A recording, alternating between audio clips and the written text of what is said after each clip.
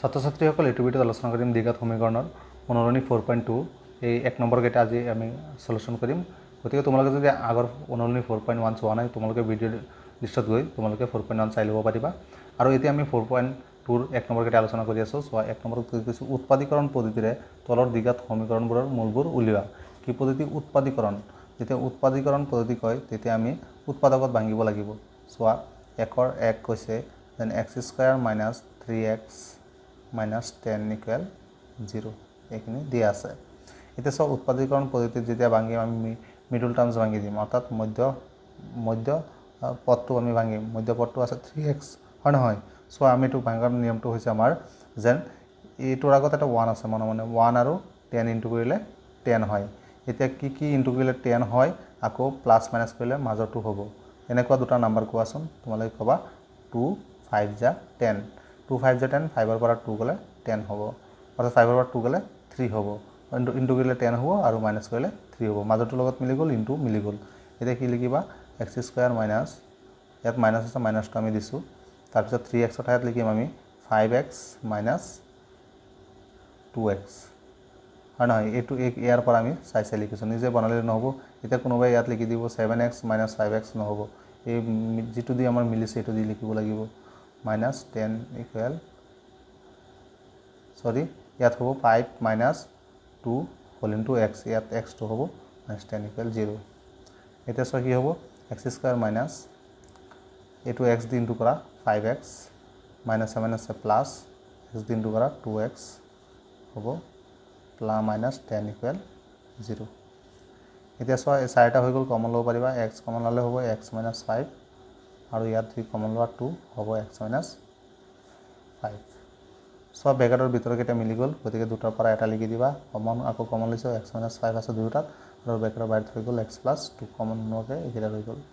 দিয়াৰ ফৰ লিখিম x minus 5 equal 0, x equal 5, আৰু এটা হ'ব x plus 2 equal 0, x equal minus 2।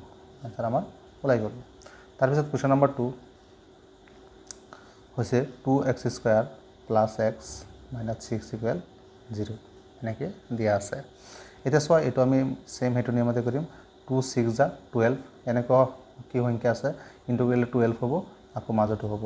এনে 1 12 যা 12, 2 6 যা 12, 4 3 যা 12। চোৱা এই 4 আৰু 3, 4ৰ পৰা 3 গ'লে মাজত 1 থাকিব। 4ৰ পৰা 3 গ'লে মানে এইটোত মিলিছে। কিন্তু 6ৰ পৰা 2 গ'লে হয় 6 আৰু 2 ইনটু কৰিলে 12 হ'ব, কিন্তু 6ৰ পৰা 2 গ'লে 4, কিন্তু মাজত 4 নাই, 1 আছে অনলি। সেইকাৰণে আমি কি লিখিম? 2x² প্লাছ ইনটু দিছোঁ 4 মাইনাছ 3x মাইনাছ 6 ইকুৱেল 0। এতিয়া চোৱা 2x² plus 4x minus 3x minus 6 equal 0। ইয়াৰ পৰা কি কমন আহিব?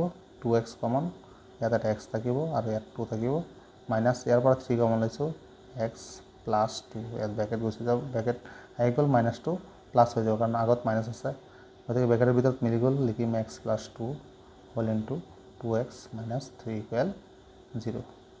দিয়াৰ ফৰ আমি লিখিব পাৰিম x plus 2 equal 0, x equal minus 2, আৰু এটা হ'ব 2x minus 3 equal 0, 2x equal 3, x equal 3/2। তাৰপিছত কুৱেশ্যন নম্বৰ 3 আমি আলোচনা কৰিম। 3 দি আছে root over 2x² plus 7x plus 5 root 2 equal 0 দিয়া আছে। সেম সেইটো নিচিনা আমি ফাৰ্ষ্টৰটো আৰু লাষ্টৰটো ইনটু কৰিম। সংখ্যা আছে ৰুট 2 আৰু 5 ৰুট 2। ৰুট 2 আৰু 5 ৰুট 2 ইনটু কৰিলে কিমান হ'ব চোৱা, 5 ৰুট 2 ইনটু ৰুট 2, যদি ইনটু কৰিম হৈ যাব 5 ৰুট 2 মানে ৰুট 2 স্কুৱাৰ, এইটো কেঞ্চেল, 5 2 যা 10, অৰ্থাৎ 10 পালোঁ।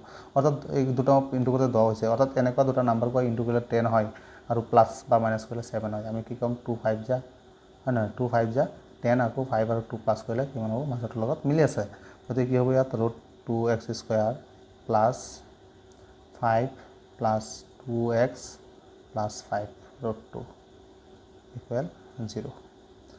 এতিয়া হ'ব root 2x² plus 5x plus 2x plus 5 root 2 equal 0 এতিয়া চোৱা ইয়াত কমন আহিব কিবা কি কমন আহিব এই দুটাৰ পৰা x কমন আহিব ৰুট 2x প্লাছ 5 আৰু চোৱা ইয়াত আছে 2 ইয়াত আছে 5 ৰুট 2 2 মানে হৈছে 2 ৰুট 2 দুটা থাকে সদায় মনত ৰাখিবা গতিকে ৰুট 2 আমি এটা কমন লৈছোঁ ৰুট 2 এটা কমন ল'লে থাকিব ৰুট 2x প্লাছ 5 চোৱা ব্ৰেকেটৰ ভিতৰখিনি মিলি গ'ল মানে আমাৰ মেথছ হৈ আছে তে কমন এটা লৈ ল'ম ৰুট 2x প্লাছ 5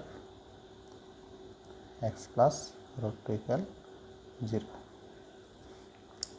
এতিয়া কিমান হ'ব therefore root 2x plus 5 equal 0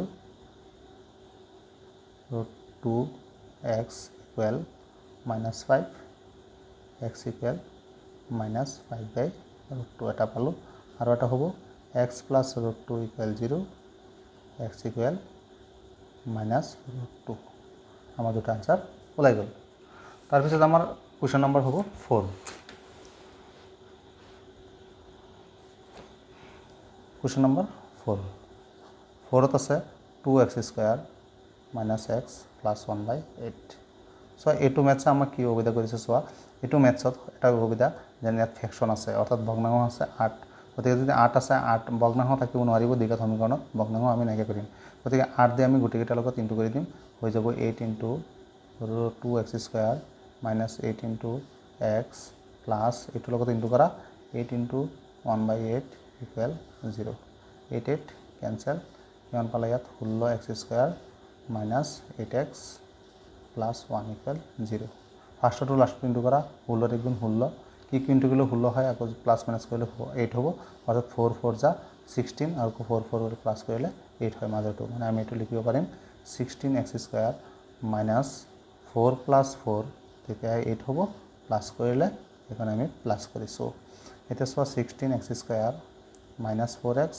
minus plus minus 4x plus 1 equal 0 এটা ইয়াত কমন কি আহিব 4x কমন লৈছে ইয়াত থাকিব 4x minus 1 আৰু ইয়াত সোৱা একো কমন নাই এই দুটাত 1 আহিব 4x minus 1 ব্ৰেকেটৰ ভিতৰত চিন মিলিব লাগিব যেটো মাইনাস কমন লৈছে এখানে ব্ৰেকেটৰ এটো সিম্বল দি গল এটো হ'ব 4x minus 1 আৰু এটা আছে ব্ৰেকেটৰ বাহিৰত আছে 4x minus 1 equal 0 therefore 4x minus 1 equal 0 4x equal 1 x equal 1 by 4 1 by 4 পালো আৰু এটা পাই যাম 4x minus 1 equal 0 same answer একেই হ'ব x equal 1 by 4 নিশ্চয় তোমালোকে নাম্বার 4 বুজি পাইছা এতিয়া আমি আলোচনা কৰিম নাম্বার 5 নাম্বার 5 ত আছে 100 x square minus 20x plus 1 equal 0 দিয়া আছে so first to last into করা 100 1 যা 100 অর্থাৎ কি ইনটু কৰিলে 100 হ'ব আৰু মাজত 20 হ'ব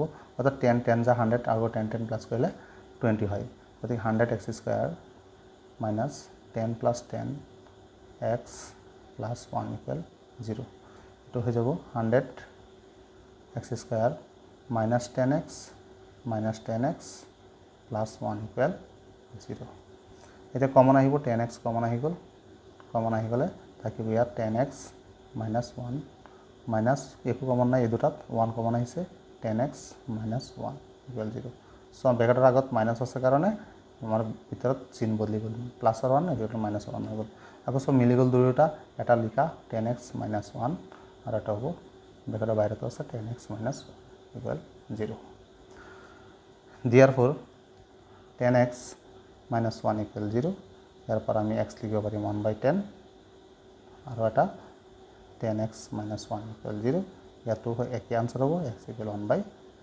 10 নিশ্চয় তোমালোকে এইখিনি বুজি পাইছা এতিয়া আমাৰ কোৱেশ্চন নম্বৰ হ'ব 6 6 তোমালোকে পাৰিবা সহজে হয় তাৰ পিছত আমি কোৱেশ্চন নম্বৰ 7 7 তোমালোকে পাৰিবা কোৱেশ্চন নম্বৰ 8 মই কৰাই দিছো 8 আৰু 9 আৰু 10 মই কৰাই দিছো কোৱেশ্চন নম্বৰ 8 কি হ'ব চোৱা কোৱেশ্চন নম্বৰ 8 আমি সলিউশন কৰি আছো